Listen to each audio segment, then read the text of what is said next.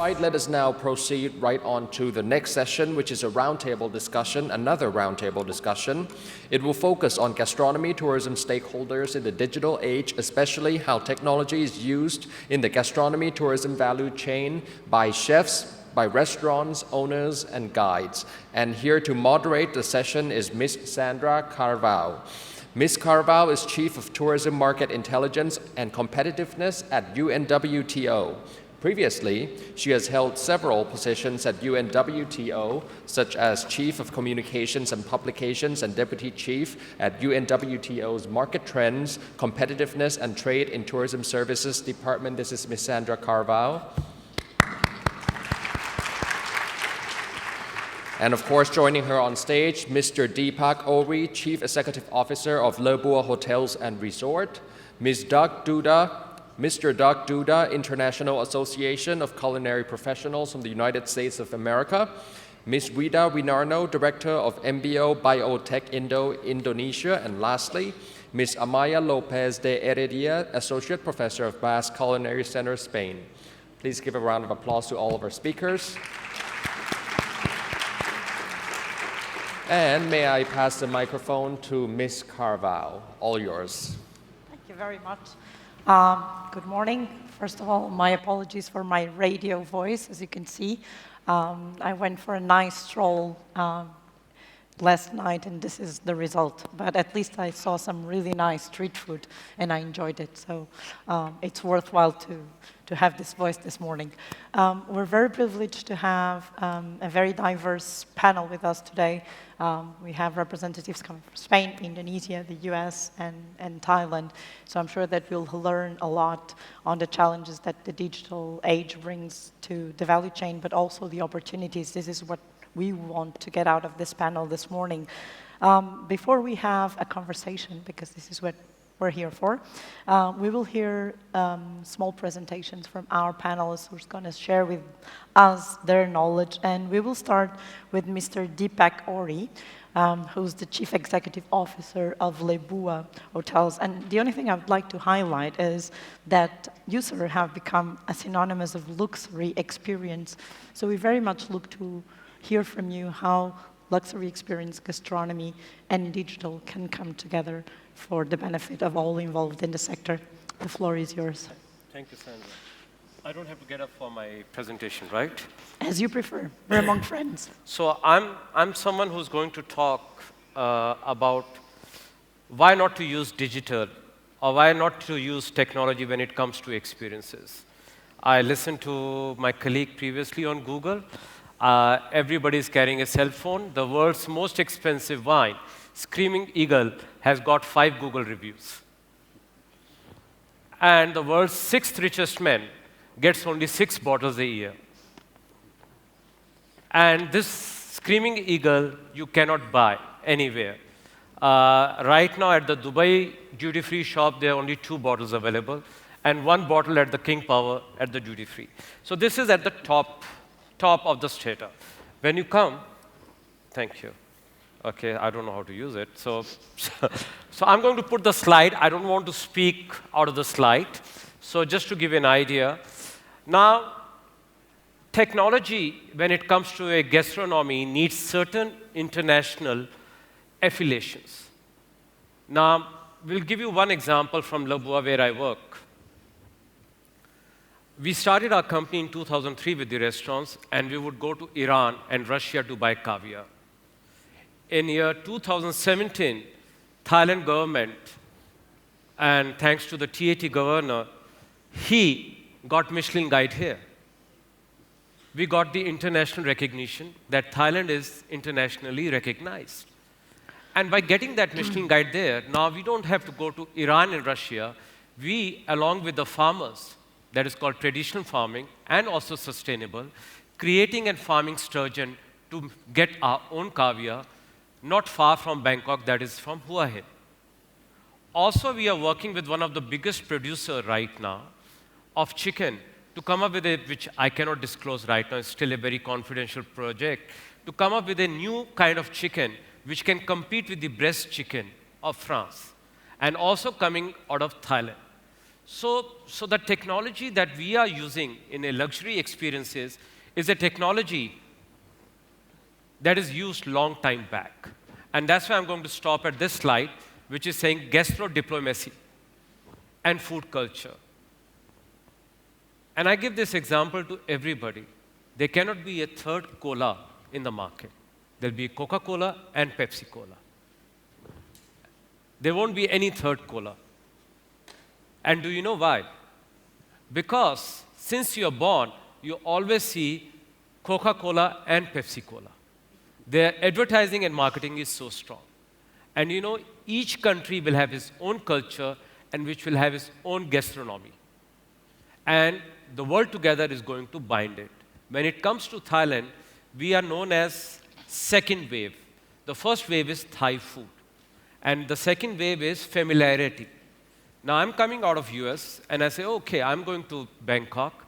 Oh, they have a French restaurant. Good. Oh, that is a Michelin star restaurant. Excellent. Oh, then I'm going to try some Thai food. The Thai food becomes the first wave. But what is giving an endorsement to the Thai food and the local culture is an endorsement that is coming from Michelin and an endorsement that there are these kind of restaurants that exist. Now, I used to travel, and I was always a very big advocate of gastronomy. Of course, big advocate of our own business also. And for me, one thing always people said, how come Thailand doesn't have Michelin star restaurant? And how come London has got Michelin star restaurant? How come San Francisco have? Because Thailand never had the red guide. It got, and it has the maximum number of Thai Michelin star restaurant in Thailand. So sometimes technology is needed, but then technology has to be weighed. TripAdvisor is very good, but the #1 restaurant in London on TripAdvisor never existed. We all know about that, okay? But with due respect to them, yes, it is needed. Technology is needed in reaching to the customer and giving them a confidence. Food always needs traditional way of farming when it comes to creating a standard or a luxury. Luxury never gives you mass or quantity tourism, but it gives you an endorsement to the mass tourism to come and visit you. Millennials appreciate customized experience. Not only millennials, I also appreciate customized experience. I am Generation X. But you know, because of these fancy consultants, we forgot a age group which is between millennials and Gen X. And they are the highest spenders.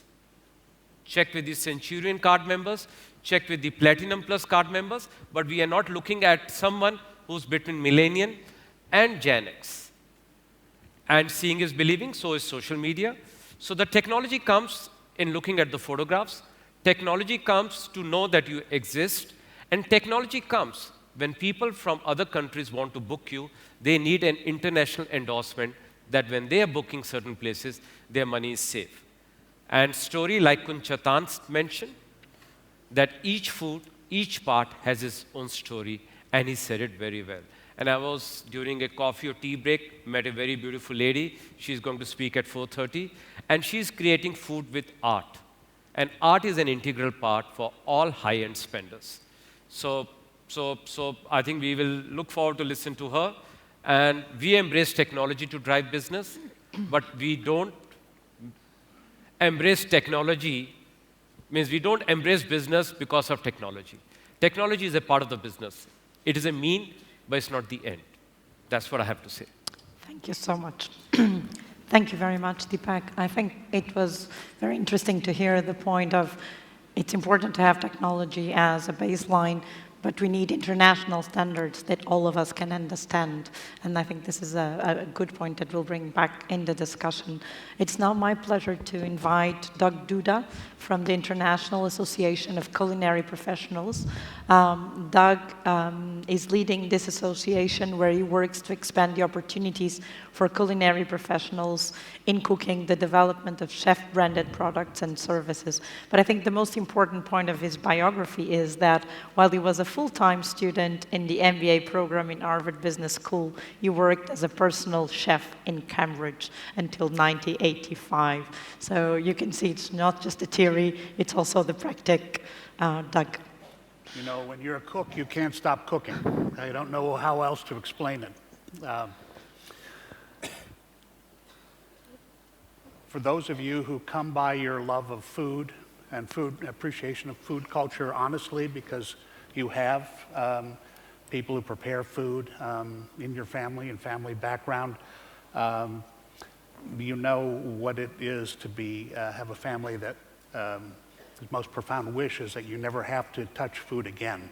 You never have to get up early in the morning and do all the work that's required. You never have to answer the alarm bell when it goes off in the middle of the night. You're not in charge. You don't have to worry. But as soon as I got out of business school, someone came to me and said, you know, we're thinking of starting this thing called the Food Network, and we need some business planning done. He used to be a chef, right? And from the time that I came out of business school, I was dragged back in to this food world, and it's been wonderful. It's been a wonderful time this past 30 years.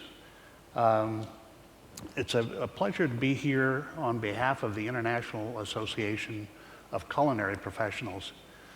We are, if you don't know the organization, a community of food influencers, food media, and people who are involved. It's a very big tent. It could be chefs who wrote a book, who now teach a class, who now lead a tour. Over the past 30 years, the hyphens have continued, and people have multiple platforms now for the audiences that they reach and the people that they are able to influence. So it's, in thinking about technology in this talk, it really kind of reminded me how our organization has mixed emotions about technology and food. And I think you hear that mixed emotion expressed today in many people's comments. Technology is useful up to a point. Then we have a point where there's the pleasure of the experience and technology is not relevant. And in fact, I know that all of us have kind of a mixed bag, especially when we get involved with culinary tourism. There are very few people that travel just by themselves. There's always one that loves to eat, and the other one actually wants to know how you cook it. There's one who loves to eat, the other one loves to drink. Then there's one who loves to cook and who loves to eat, and the other one still likes to drink. So, you know, you have these slightly overlapping, but always very different, profiles. Who are you trying to please? What are you trying to offer? What role does technology play? How different it is just in those two people traveling together. One is looking at the vacation as a time to throw the handheld in a drawer and just enjoy. The other one lives to document everything that was eaten, every grape that was hanging from the vine, everything you don't get to see on television or when you're traveling. And if you are the food passionate person in your circle of friends and you come back from a trip, the pressure of expectation can be burdensome and awesome. People expect you to have great detail about what you ate, where to go, where not to go, and did you buy any ingredients? Are you going to make a little something for us so we can taste what you had when you traveled?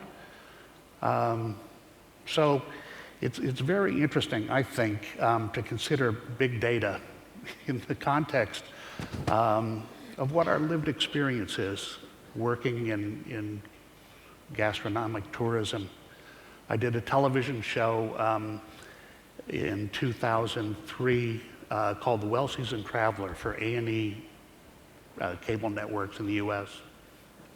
And it really can change your life to spend some time on television, but when you start traveling and you have the experience of going to different places, being exposed to different kinds of food experience, and then trying to communicate that, it really is something that in each different place, at each different time, can be picked up as a trend. In 2003, I was asked to talk about food travel as a new trend. Well, many of you in this room have been working in food travel for a long time. And I was asked to become the organizer and produce the Culinary Travel Showcase for the New York Times, which I've done every year for over 10 years. And so we look for great food stories from around the world, and who is it, and what does it sound like, and what does it look like, and we're going to make samples, and everyone in the audience is going to taste it. And when we do a day for the industry during that weekend, there's always someone who comes to the food travel session, and they've just discovered food travel. And all the lights are going on for them, and it's such an exciting area. I think will always remain that as people come to culinary tourism from their own direct experience. But the thing about big data is that it allows us to go from the level of surveys, from the level of what people say they do. And a lot of times what people say about what they do has a lot to do with how they want you to think of them.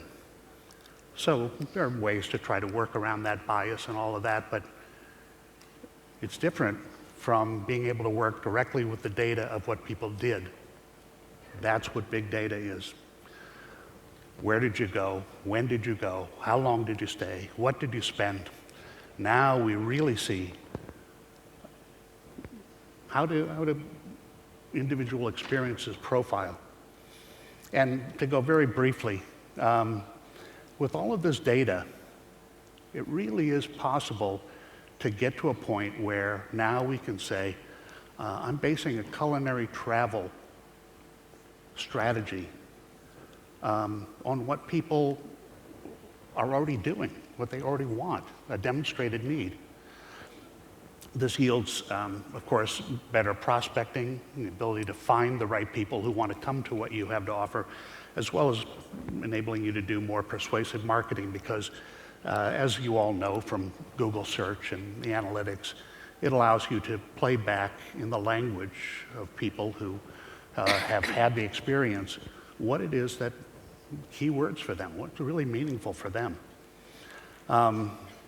Just quickly, 2 ways to capture benefits. At a large level, partnering with organizations that have made the huge investments that are necessary at this point in order to really do large-scale big data projects. Because what you want is an organization that has not only the customer file, huge record of individuals and transactions, but also the data analytics capabilities, the ability to take a look at individual segments and really make sturdy assumptions about trends that are coming out of the data.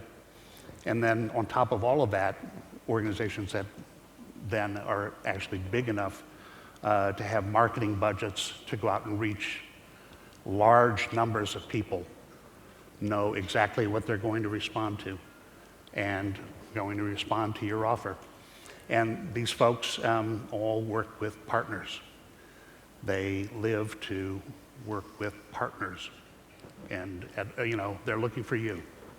The other way to do this is through doing advanced marketing channels yourself, working with Google and Facebook, et cetera.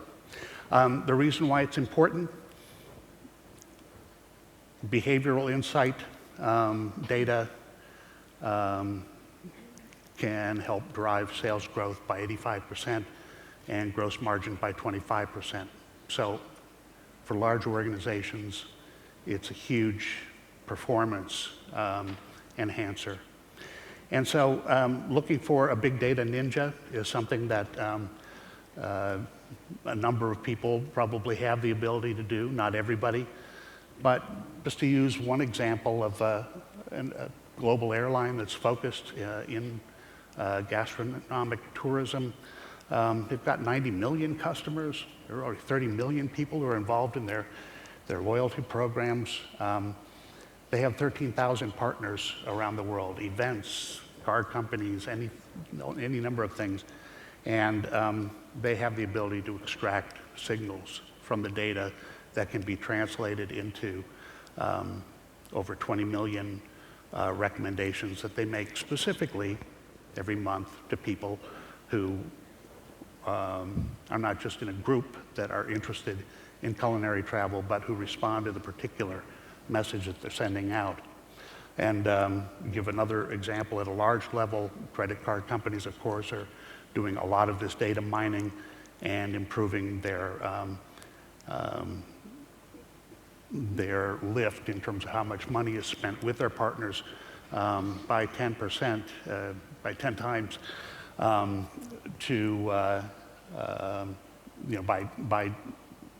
sussing out what the spend passions of individuals are. Where did they go? Where did they eat? How many people were with them? What time of the year? All of those things. And the other way that, if you're not partnering with a major airline and are kind of at the other end of the telescope looking up and thinking, how do I build this myself? It's possible, of course, to find out what Google knows at any given point about people and food and culture, what's being searched for, what's being purchased. And we'll hear a lot more from others about that. So going it your own involves working with, usually, somebody who is either a strong marketer, has a strong market sense themselves, or with traditional ad agencies, PR firms, and that kind of thing. But I would urge you to develop your own influencer strategy because, as you know, from your own experiences as a food traveler, you want to have people who are already influential to your audience. Take what you're offering and turn it into their programming. Speak to their audiences about what you're doing. You're moving farther and farther away from being an advertiser and more in the direction of being a content generator. And don't forget the fact that you have people who are your customers, who are your best ambassadors. So you can optimize your strategy so that they can speak well for you. Thank you. Thank you very much, Doug, for those insightful steps on how to. I think if I would take something out of this presentation is partnerships. And I think this is probably one of the key issues when we talk about technology and gastronomy tourism, because we need to bring the two worlds together to actually work in an effective way. We're going now to one of the key challenges that we have in gastronomy tourism, but also one of the major objectives, which is to promote the inclusion of entrepreneurship in the development of gastronomy tourism and create jobs this way. Very happy to have with us Mrs. Wida Winarto. She's the director of the Tempe movement from Indonesia. She's a social science-preneur, not an entrepreneur, and sciencepreneur, and an artist specialized in Indonesian traditional fermented foods that she will tell us all about now.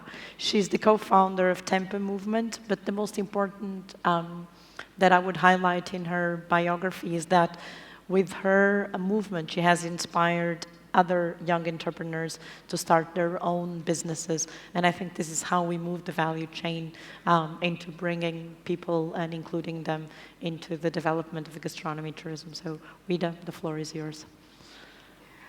Thank you for your invitation. I'll promise it will be very fast and full of picture. Okay. So this will be the outline. It's about Indonesia, about tempe, about splash of biotechnology, about industrial revolution, and maybe tempe as a food diplomation. This is my Indonesia, and that's why I'm wearing this kebaya. It's like a greenish beach in the ocean. So Indonesia made up of 17,000 islands. You can imagine 17,000 islands. And blah, blah, blah, big number of plants, mammals, flowering plants, and so on. And the stars represent the fermented or indigenous food of every island. So we have lots of fermented food, and the red stars is about the tempeh as fermented food. For the most popular one is tempeh. What is so special about tempeh? Let me brief you, introduce about tempeh movement. Tempeh movement is what we've been doing is promoting tempeh as indigenous food from Indonesia. It started almost 4 years ago and founded by 3 family generations, which is my father, my son, and me. So this is 3 family generations. And we possess the same educational background, which is food biotechnology. So we are the researcher for biotechnology. And this is tempeh. Have you ever seen or eaten tempeh? Not?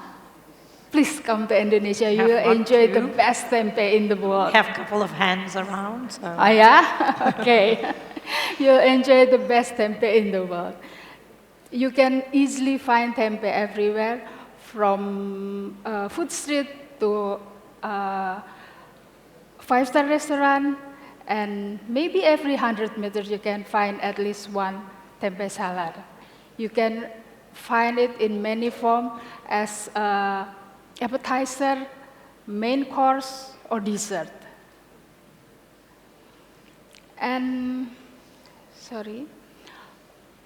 so tempeh is fermented food originated from Indonesia. So we use the soybean or other beans to ferment it, and it become a tempeh. So we have lots of local indigenous beans. Maybe you have your own beans, and then we can make it into tempeh. So the fermentation process make the tempeh became a different food from the beans. Yeah, it will be high in protein, high in vitamin B12, low in fat, and low in anti-nutrition. So if we compare between the tempeh itself and the meat, so this will be lots of positive health benefit. It is anti-cancer, it is high in isoflavone, and the most important thing is tempeh is the only plant-based food that produces vitamin B12. So it will be good for you and for the vegan. So let's say tempeh as a superfood. And this is the amount of protein between the tempeh and the meat. Yeah, so you can see it's the protein, high in protein, almost the same with the meat. And how about the price? You can see $50, you can have a tempeh for the whole family for the whole day. And you see how the price of meat in Indonesia. So this is affordable food for Indonesian. Apart from being consumed by adults, tempeh is also good for babies. So from generation to generation, we owe the nutrition from our tempeh. And if you combine with something other ingredients. Let's say this is a chombrang. The chombrang is like ginger torch. And you combine it with kind of salad. This is Artemisia vulgaris. I don't know what to say in English, but this is like a kind of salad. This will became a plate of antioxidant. And our era now is the fourth industrial revolution, when biotechnology and 3D printing and connecting among people will taking part of our gastronomy.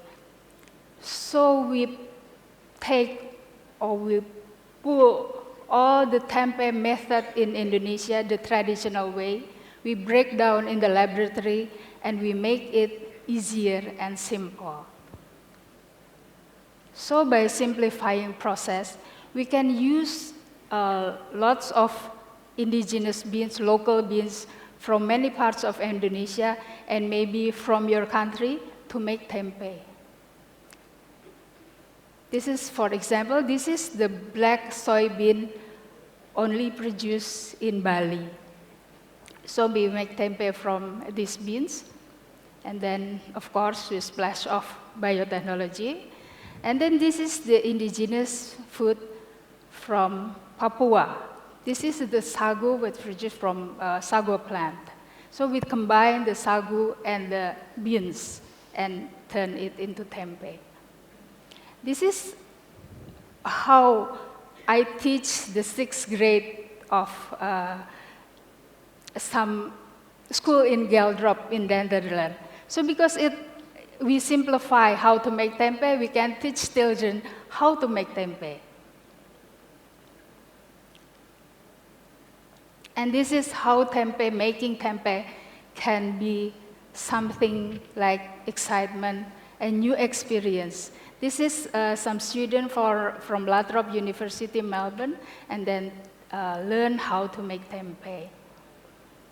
And this is how 3D printing modified the tempeh making, and they can reach marginal and remote area in Indonesia. This is when I teach tempeh in Papua. So there is some issue about stunting and malnutrition. So as I mentioned before, the tempeh has a high nutrition and high in protein, so I think this is good for them. This is some children with malnutrition and stunting. And this is when tempeh become like food diplomacy. This is a collaboration between Indonesia and Italy. It's in the form of gelato. So this is tempeh gelato. And this is when it formed like fried tempeh and gelato tempeh. I think at the end of the day, tempeh or our gastronomy can be more excitement and more good experience, but the soul of the food, the soul of the tempeh, the soul of the gastronomy is connecting people. And I think tempeh or gastronomy is not to possess, but it's to share. Thank you.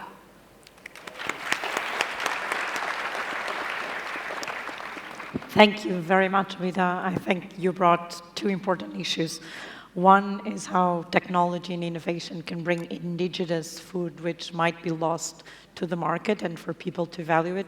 But I think another one is the opening of new segments. And we heard this morning about healthy lifestyles, and all your value propositions can actually be very attractive to a whole new segment of travelers looking for healthy food and healthy lifestyles. So I think it's very interesting to see how both things can come together. We will now close with Amaya Lopez de Heredia, Amaya is an associate professor at the Basque Culinary Center in Spain. She's an advisor, trainer, and consultant specialized in gastronomy and wine tourism. And again, if I would have to highlight something, I would say that Amaya was the director of one of the most known wine regions, tourism areas in Spain, Rioja, and she's been responsible of many wine tourism planning in other regions. She's now coordinating the Basque Culinary Center Master of Gastronomy Tourism, and we'll be happy to hear how education comes into this equation. Amaya? Bueno, buenos días a todos. I will explain my presentation in Spanish. I'm sorry, I must apologize, but I feel more comfortable. And, buenos días, es todo un placer, ¿no?, estar aquí poniendo voz al equipo de trabajo que conformamos el área de turismo gastronómico en el Basque Culinary Center y tener la oportunidad de compartir con todos ustedes cómo observamos, ¿no?, esta relación entre tecnología y turismo gastronómico y también presentarles algún proyecto que estamos desarrollando específicamente en estos momentos.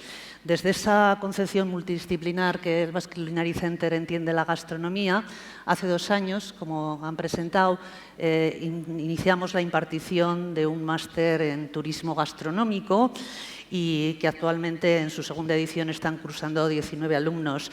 Y además también en ese momento comenzamos a dar los primeros pasos en materia de investigación y generación de nuevos conocimientos en turismo gastronómicos enmarcados en lo que es la línea del trabajo del Basque Culinary Center como centro tecnológico de investigación e innovación aplicada. Desde este área, otros compañeros desarrollan diferentes proyectos que tienen que ver con los distintos elementos de la cadena de valor de la gastronomía y que, bueno, toman forma en colaboraciones con empresas de distintas características, industrias agroalimentarias, y abordan aspectos pues, como nuevos diseños y desarrollos gastronómicos, mejora de la seguridad alimentaria, producción de alimentos más saludables y sostenibles, entre otros. Nosotros, desde el área del turismo, cuando nos planteábamos iniciar esta línea de investigación, todo el equipo de trabajo coincidimos precisamente en abordarlo desde la temática de este congreso, ¿no?, desde cómo la transformación digital está afectando al turismo gastronómico y, en especial, en hacerlo desde la experiencia de usuario del turista gastronómico, desde una visión muy centrada en los turistas, ¿no?, sin descartar que en un futuro también lo pudiéramos hacer desde la gestión de empresas o destinos. Estamos, por tanto, inmersos en explorar cómo palabras tan actuales como Big Data, Blockchain, Internet de las Cosas, realidad aumentada u otras tecnologías que están por venir y desarrollarse pueden brindarnos interesantes oportunidades para conocer mejor al turista gastronómico, de manera que las empresas y destinos podamos tomar cada vez decisiones más inteligentes. En este contexto, a finales de 2017, concluimos un innovador estudio basado en Big Data que analiza las diferentes fases de la experiencia gastronómica de los turistas, desde la inspiración y la potencial de reserva de restaurantes por Internet hasta la recomendación explícita sobre su experiencia gastronómica en destino. Un estudio basado en Big Data, como digo, que supone una enorme oportunidad para conocer a nuestros clientes como probablemente nunca anteriormente lo habíamos hecho y que además, si somos capaces de transformar esos datos en conocimiento para la acción, pues cobra todavía mucha más relevancia, ¿no? Si pasamos de ese Big Data al Smart Data. Un estudio también, que en nuestro caso lo hemos circunscrito a las 3 capitales vascas, a las 3 ciudades del País Vasco, y al análisis de un sector específico de la cadena de valor, el sector hostelero, los restaurantes y los bares, pero que evidentemente puede ser extrapolado a otros elementos de la cadena en su conjunto y también a ámbitos geográficos más amplios. ¿Por qué hemos iniciado nuestras investigaciones en este sentido? ¿Por qué nos hemos centrado en la reputación online?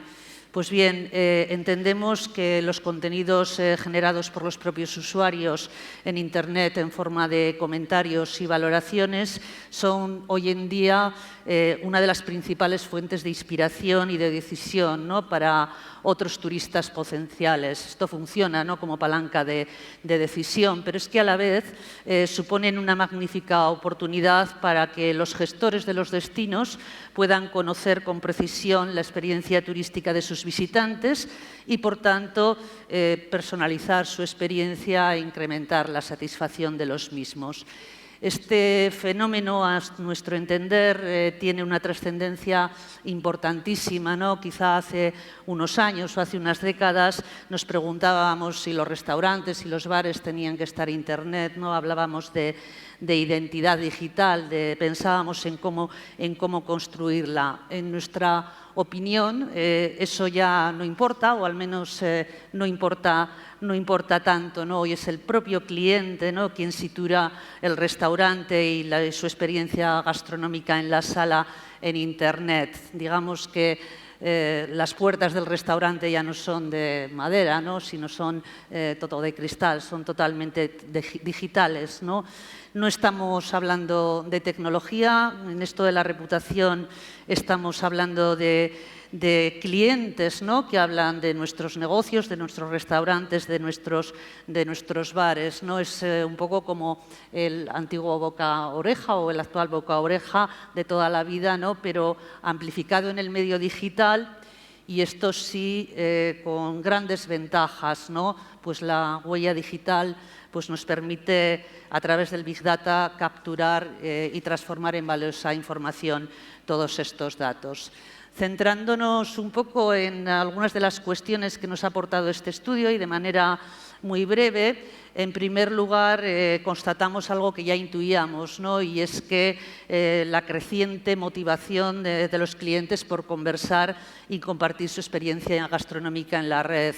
El salto, el incremento entre las opiniones vertidas en los restaurantes de las 3 capitales vascas entre el 2015 y 2016 suponía más de un 43%, ¿no? Probablemente a que esto ya forma parte de nuestros hábitos como ciudadanos y también quizá que en nuestras regiones en ese momento se socializó y se popularizó el uso de los smartphones. Nosotros en este estudio, en base a un algoritmo,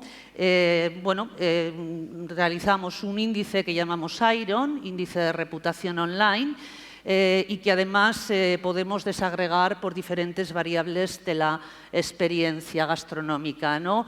Nos permite desagregar por cómo se valora la alimentación, la comida, cómo se valora el servicio, el ambiente del restaurante, del negocio y también el precio. Y además podemos de alguna forma mapear cuáles son estas palabras y las lecturas que el cliente, pudiendo establecer una comparación entre todas las variables.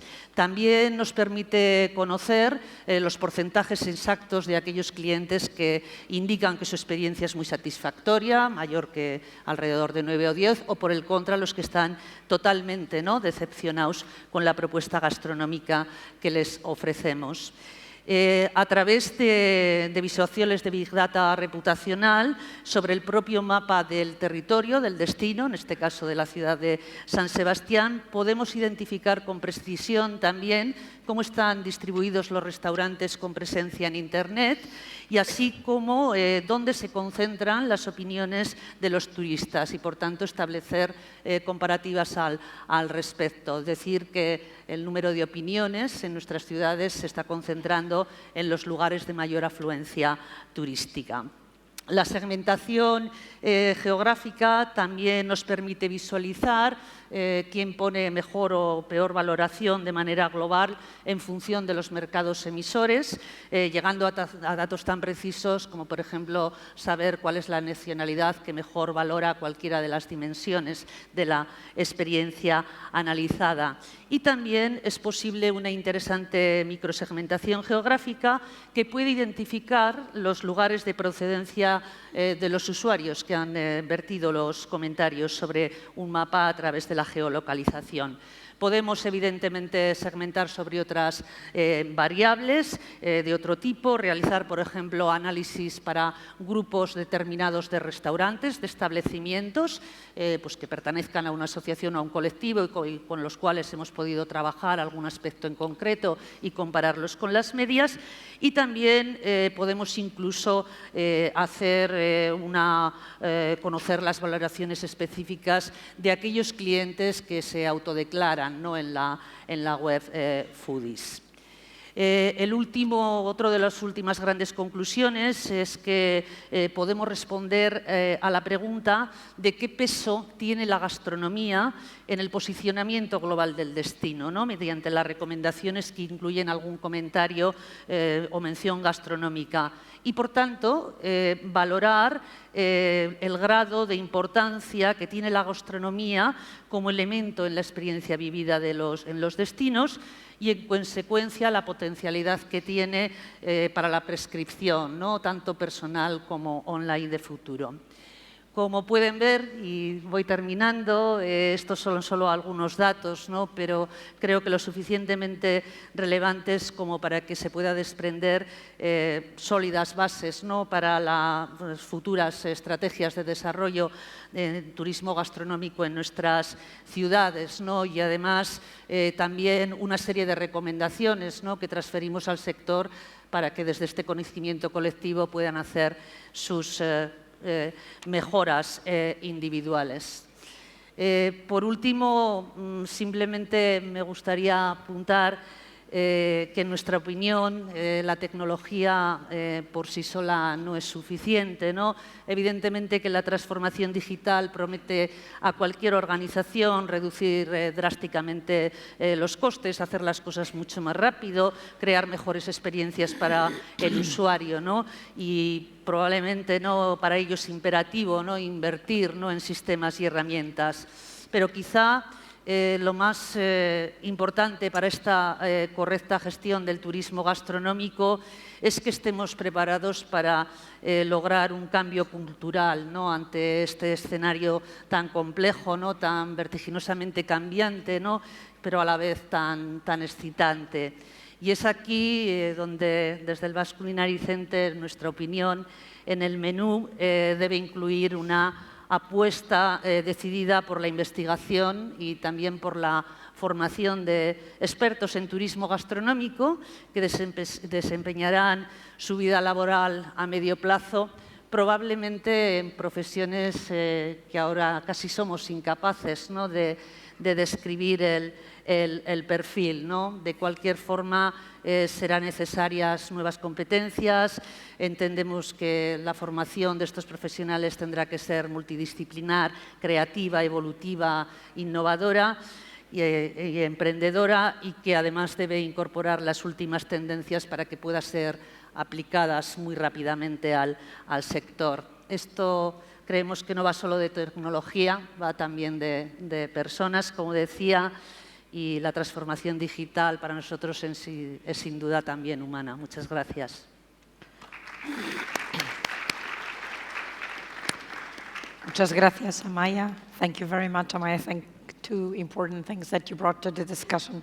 One is seeing in practical what is the value of big data, because we talk about big data, but you showed us a very clear example of how you can profile the opinions, how you can track them back into their source markets, and how you can help destinations improve.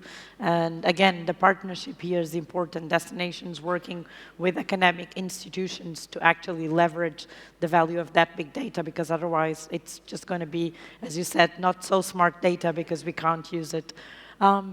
You ended up with a point that I would like to bring to the discussion, which is we're talking about technology and innovation, and also we're talking about how to use it to have a more inclusive sector where we can bring different players, and especially the youth. And I'll ask you, being responsible for such an important chain of hotels, what are the skills that you see in this new technological age that will be needed for you to hire someone to say, this is the profile that I really want working with me? So now as an organization, when it comes to recruitment, we are going towards artificial intelligence, which is 4% more accurate than the human intelligence. Now, what are the skills that is needed, because we are B2C and there's a different positions in organization? I think we go back to the basics, because the food has to be prepared by human, and it requires culture, it requires love, because there cannot be any food that can be prepared without love. So you require people who are passionate. You require people who are adventurous, not to create fusion. But I give one example for one of our restaurants, Mezzaluna. He cooks French food, but with Japanese technique. Now, what is the Japanese technique he used? I'll give you one example. He used a salmon from Japan, used the white coal from Japan to smoke it, but the whole preparation is in a very French style. Now, why we are going back to the French, or why we are going back to the Mediterranean, or why we are looking at the Croatian and things like that? Because these has been always endorsed by this food from these countries has been endorsed by the World Heritage. So there are 4 foods from these 4 countries. So these are the basic skill levels we look at when it comes to the employee level. When we look at the customer level, there's huge amount of customer coming from different parts of the world. I think no human can actually detect what is needed. That is where we use artificial intelligence to interpret what actually the customer is looking for. Okay, we don't go for mystery shoppers, we don't go for all those kind of things. We are looking for the next trend. What is it they're talking? What is it what they want to talk about? So we are looking at very qualitative data. And human mind is not sufficient to interpret qualitative data. So these are we in the middle, we are using people, human, which is a very important part. And to understand the human who is the consumer, we are using the technology part. So we need to train more engineers into understanding tourism as well. Yes, we need that in the future. Very good. Doug, coming from your background and working with chefs and having seen them evolving through this decade, what are the skill sets that you see also changing in terms of needs and connection with technology? I think one of the biggest things that is happening with technology is to reduce the level of skill required. And so people who in a previous generation would have acted on their passion for food by figuring out where to go to a culinary school now can get a lot of what they want online from Ruby.com or one of the other online culinary trainings. And so it doesn't eliminate the need for culinary training, but it changes it. And more time can be devoted to gastronomy and to deepening context. But I think that there'll be more and more that is kind of de-skilled and making it more widely accessible. I think the other trend that is huge and will persist is it used to be easier to classify people who have a lot of money as the luxury class and people who have no money as the not luxury class. And now we live in a world in which people are selectively affluent. They choose when they're going to spend money and live as if they were rich, and people who have money decide when they're going to shop at the discount store. And so I think that will continue to happen with food, that particularly for a new generation coming into this whole passion for food without a lot of money. They're transforming what comes off of the food truck or something that's served at the bar, kind of giving it the star treatment that had previously been reserved for white tablecloth dinners. They're becoming the expert in some particular niche. And so that elevation of small and humble to a higher level obviously plans well into creating more tourism around the way people live and what they do in the simplest of circumstances around the world. Yeah. There's a growing hunger to see that, to be with it. Yeah, I think you brought a very important point. The new luxury concept, which can be something like actually enjoying very healthy food, because it will be a luxury to be fit and healthy.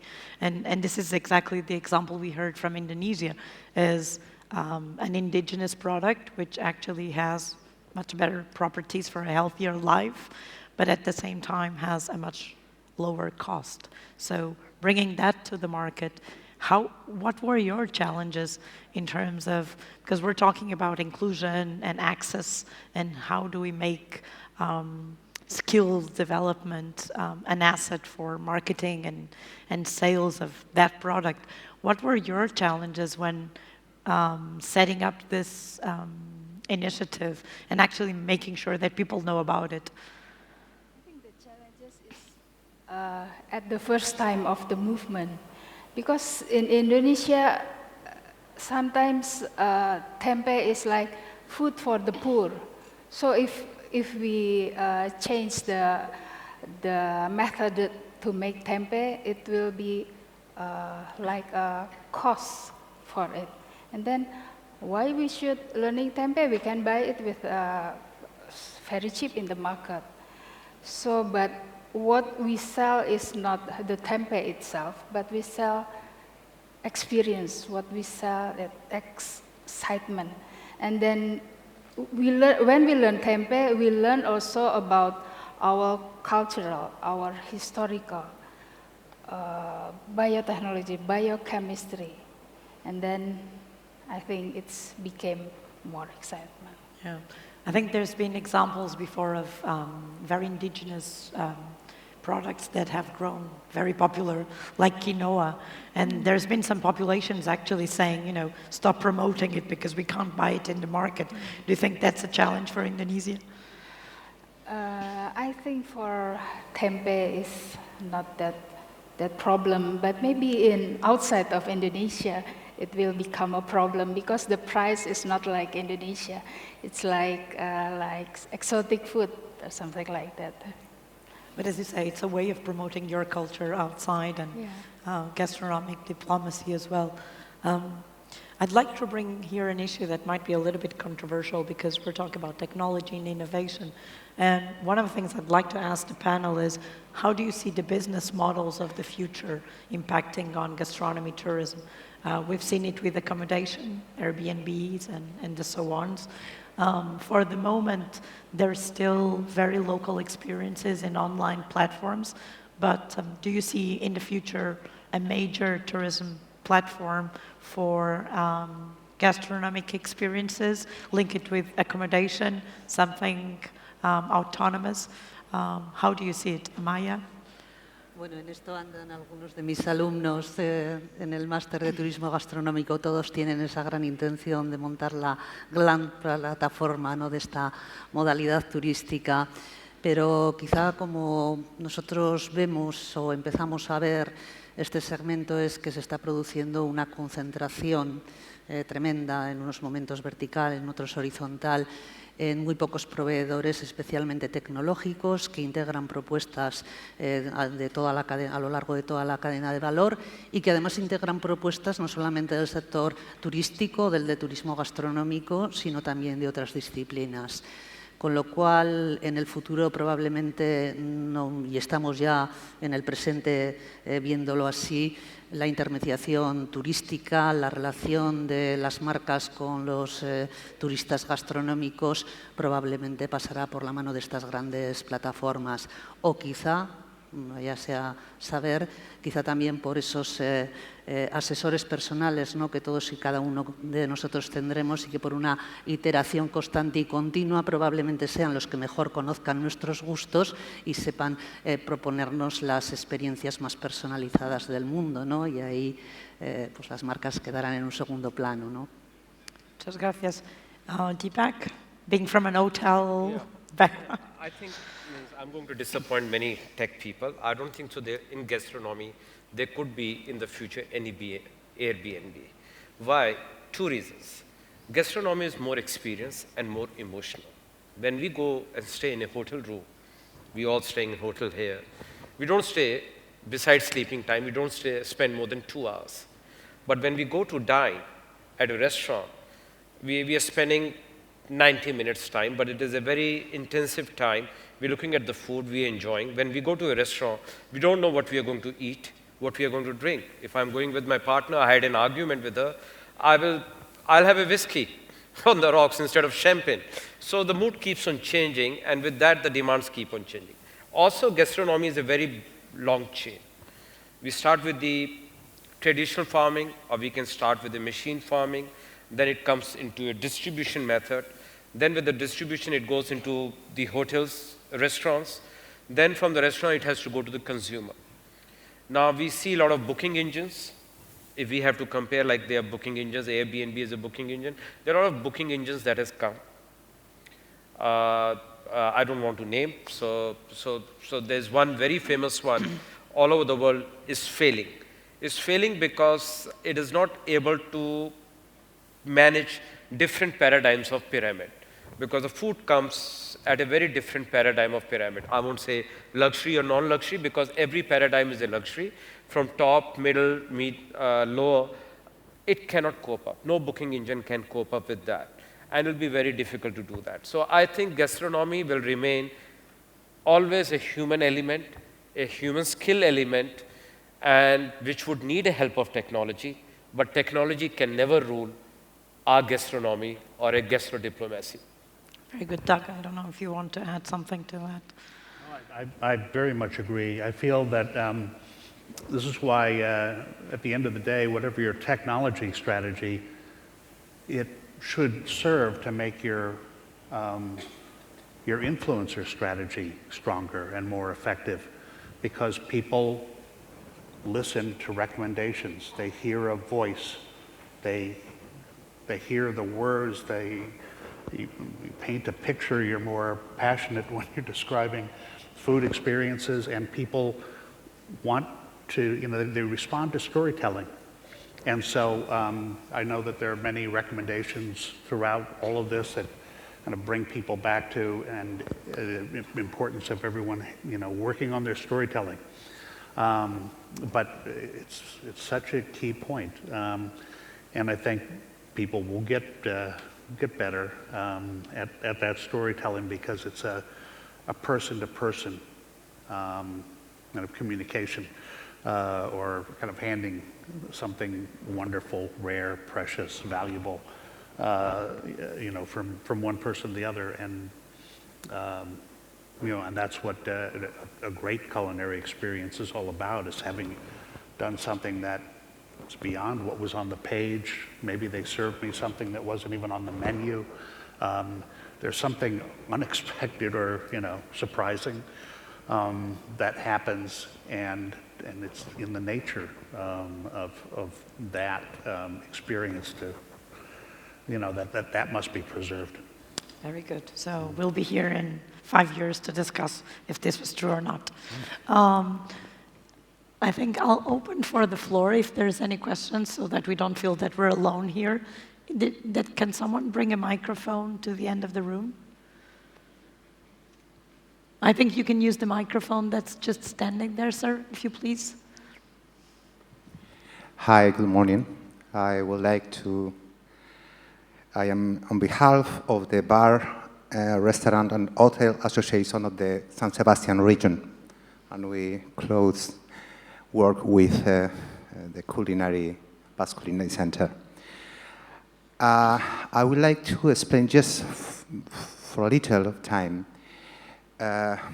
the work that we have done in our association, working with 1,100 members, coming from the small bars in the corner to the big 3-star restaurant. We focus on the gastronomy as the key point of our offer because 25, 30 years ago, we considered that this kind of tourists were the future. For 3 reasons that I want to share here. The first one is that the gastronomic tourist is concerned and is sensitive respect to the tradition and the culture of the place that they visit more than other kind of tourists. Very important for us as a country. The second reason is because the gastronomic tourists spend in this destination about the 25% or 30% more money than other kind of tourists. And the third one is because when they are back in their country after having visited this destination, they like to remember the experience in the destination they visit, and they like to cook and to buy the product that they knew when they visit this destination. These 3 reasons are very important, and we would like to share the information, and we would like to share the expertise that we have working for the last 30 years in our small country with, repeat, 1,100 members in order to gather them, to work together, and to make this proposal. So far, we consider San Sebastian, not only me, but also TripAdvisor and other magazines, as the city for the foodies in the world. That has been a collective job from all over the sector. Thank you very much. Thank you very much. I think, well, wasn't a question exactly, but a very good contribution. I think especially the point of using gastronomy tourism to disperse demand from a certain congestion areas today. I think we'll take, if there's anyone who has, and I will repeat a question, please. Imtiaz, our friend in the back. Thank you, Sandra. My name is Imtiaz Mukbul from Travel Impact Newswire in Bangkok. I have a question for Mr. Ori and the same question for the lady from Indonesia. You mentioned, sorry, let me just backtrack. In Bangkok, you'll notice that there are about 300 Italian restaurants, about 200 Chinese restaurants, and about 150 Japanese restaurants. But you will never find one good Indonesian or Malaysian restaurant in this town. You talked about trying to increase the popularity of tempeh. But what is actually being done to follow up the point that was made by the minister this morning about popularizing ASEAN food as part of the integration process? Why is it that you cannot find a good Indonesian, Malaysian restaurant in Bangkok? And what can you people actually do about this? Thank you. Rita. Yeah, I think we have. Okay, I think we still have doing something about the Indonesian food, but maybe someone from Indonesia raised her hand and they want to answer your question. Well, I think we can have a tempeh restaurant. Yeah.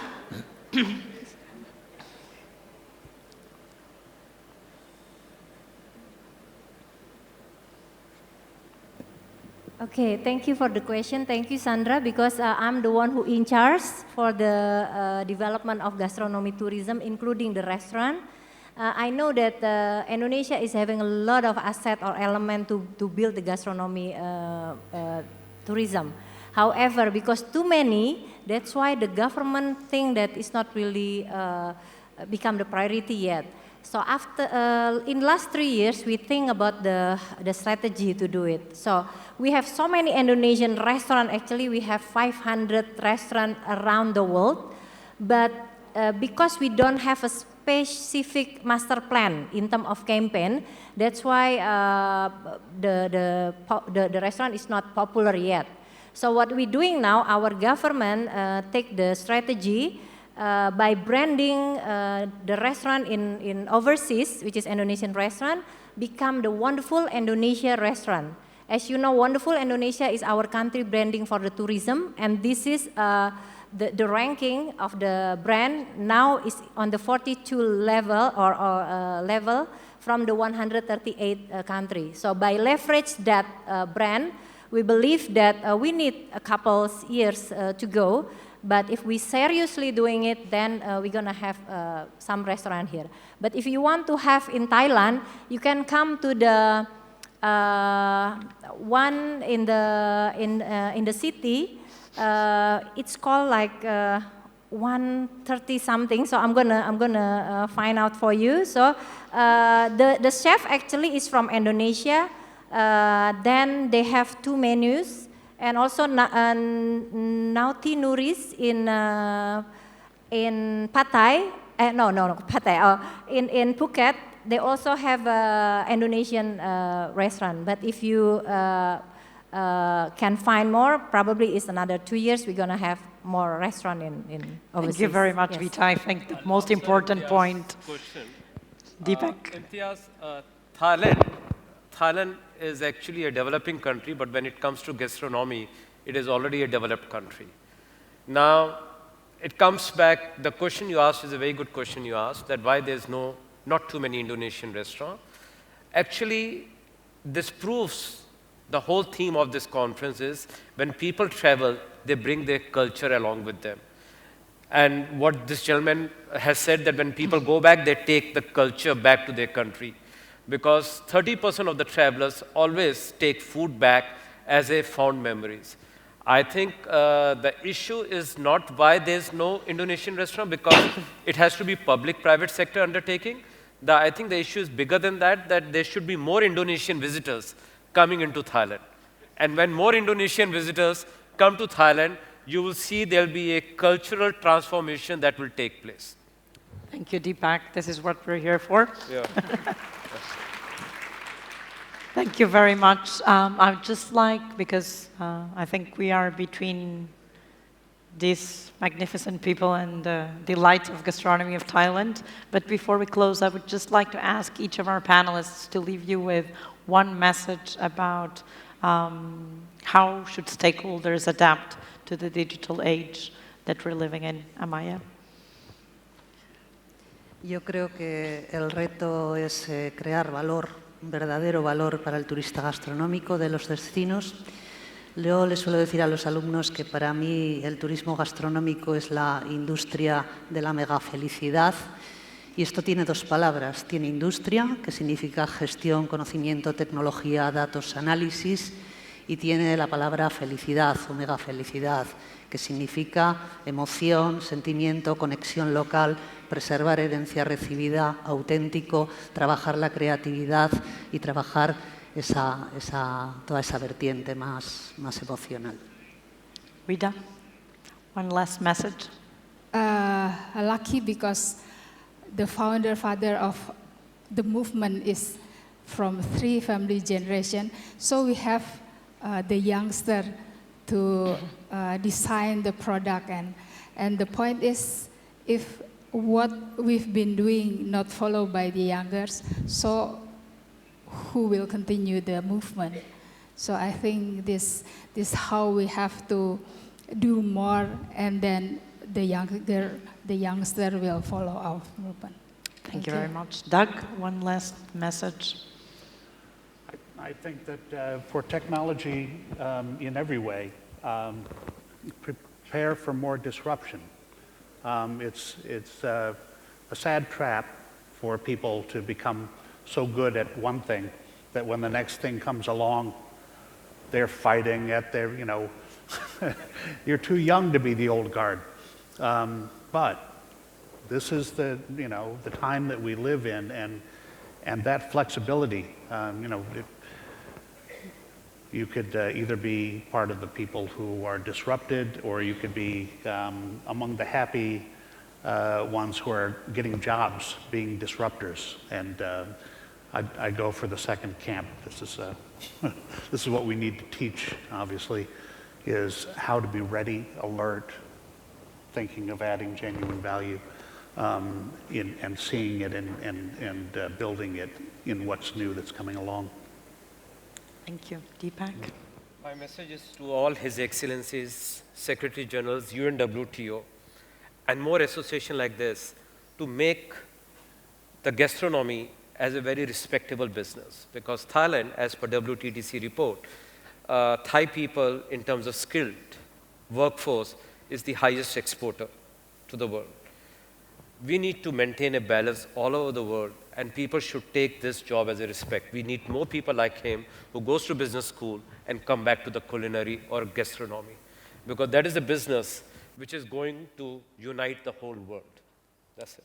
Thank you very much, Deepak. Thank you all. I would probably close by saying that technology with a human-centric vision to understand the consumer and to provide the experience. Thank you to the panelists. Thank you for being with us, and enjoy your lunch. Thank you. No, thank you.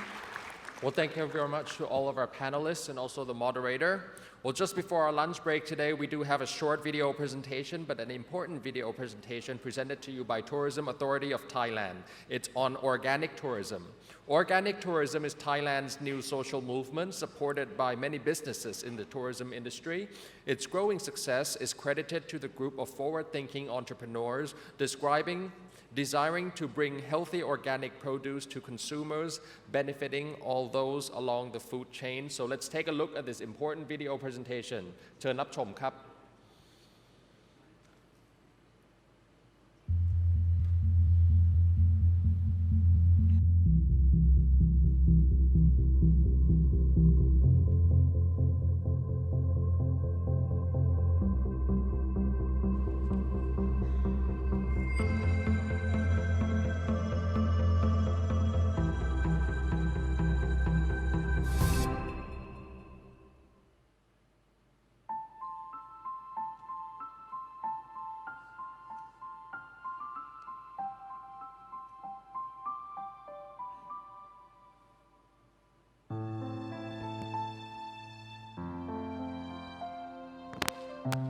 เลิกทำเกษตรเคมีมา10 ปีแล้วเพราะว่ามันเครียดชีวิตหาความสุขไม่ได้เลยสิ่งแวดล้อมเป็นพิษดินเสียหมดเวลาฝนตกบางทีก็ช้าล้างสารเคมีลงแม่น้ำเชื่อไหมเวลาเราขายผลผลิตเนี่ยเราไม่เคยกำหนดราคาเองได้เลยให้พ่อค้าเอาไปขายก่อนแล้วเขาหักกำไรจนพอใจแล้วเขาถึงเอาเงินมาให้เราเงินได้มาเท่าไหร่ก็เอาไปจ่ายค่าหมอหมดพอจะปลูกรอบใหม่ก็ต้องเอาที่ไปจำนองเพื่อเอาเงินมาซื้อปุ๋ยซื้อเคมีที่จะใช้ในรอบต่อไปอีกชีวิตมันก็วนเวียนอยู่อย่างนี้แหละ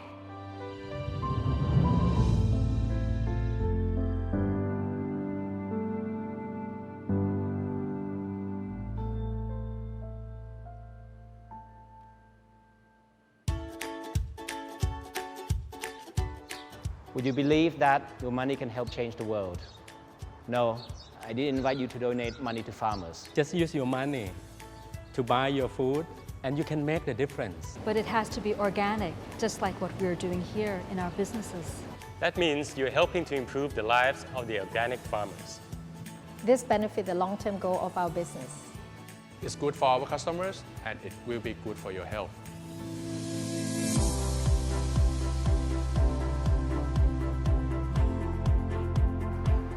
Today, more and more farmers in Thailand are converting to organic farming for better health and income. Now we have more health-conscious consumers and they are ready to spend their money for their families and themselves.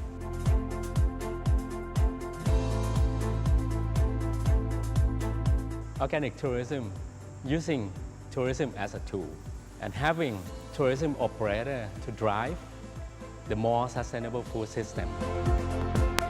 It's a social movement. กิจกรรมเรื่อง Organic Tourism นะครับก็จะเป็นกิจกรรมที่ทำให้คนเนี่ยนะครับสร้างเสริมสุขภาพตัวเองได้มากขึ้นผู้ผลิตเจอผู้บริโภคโดยมีโรงแรมนะครับธุรกิจท่องเที่ยวผู้ประกอบการร้านอาหารเป็นตัวกลางที่ทำให้เขามาเจอกัน As a business owner, we just start with knowing farmers and understand their organic culture. Once trust is established, then we can buy these wonderful, healthy produce for our customers to enjoy. Organic produce are not as expensive as you think. if you buy them directly from the farmers. การซื้อผักจากเกษตรกรอินทรีย์นะครับมันก็ไม่ใช่ว่าจะมีของที่เราต้องการได้ทุกอย่างเพราะผักบางชนิดมีแค่ตามฤดูกาลเราก็แค่ปรับเมนูให้เข้ากับของที่มันมีอยู่เมนูของเราก็ใช้ได้แล้วครับ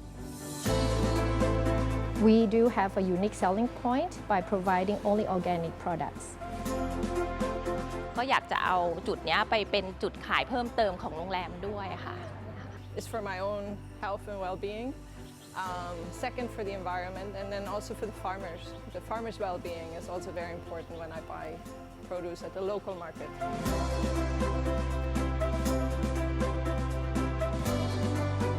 It's a network of happiness for all stakeholders. วันที่เราได้โฉนดกลับมาอยู่ในมือเราอีกครั้งหนึ่งเนี่ยเราดีใจจนแทบกั้นน้ำตาไม่อยู่เลยค่ะ Collective leadership for collective impact. We all can make the difference to make the food system more sustainable.